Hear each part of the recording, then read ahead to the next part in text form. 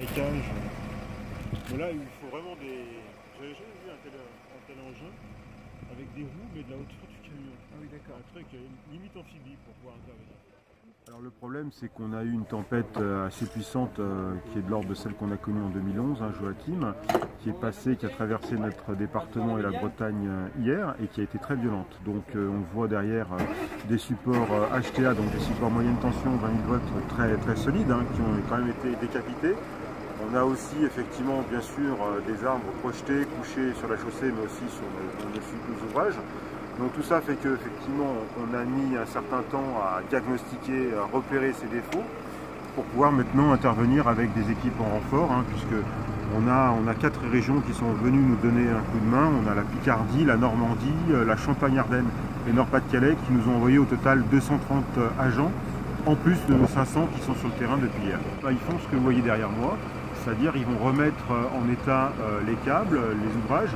Alors pas forcément réparer complètement le poteau qui est détruit derrière, parce que là ça va prendre plusieurs jours, mais au moins rétablir au plus vite pour pouvoir que les clients qui sont effectivement dans le périmètre à côté retrouvent l'électricité au plus vite aujourd'hui. On a été appelé hier matin donc pour venir parce que nos collègues de Bretagne avaient des soucis de réseau qui s'étaient à terre.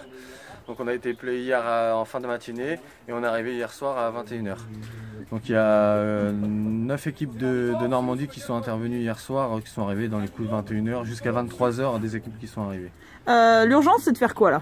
L'urgence, c'est de rétablir les clients le plus vite possible.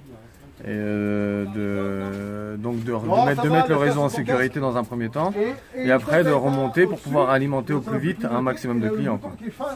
Mettre en sécurité d'abord parce que il y a des câbles qui sont par terre. Il y a des câbles à terre, il y a des arbres par terre, mettre en sécurité pour les clients, pour le passant, enfin je veux dire pour tout le monde quoi. Donc pour éviter un court-circuit ou quelqu'un qui se retrouve électrocuté ou électrisé.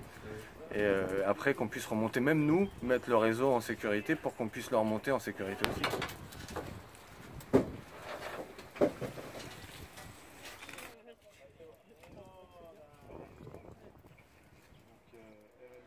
On a dégagé un arbre sur une ligne haute tension. Donc ça y est, ça s'est bien passé. Voilà. Le réseau est retour en état, la route est dégagée. J'imagine que c'est un boulot un peu dangereux, il faut quand même faire attention. Il faut faire attention à ce qu'on fait.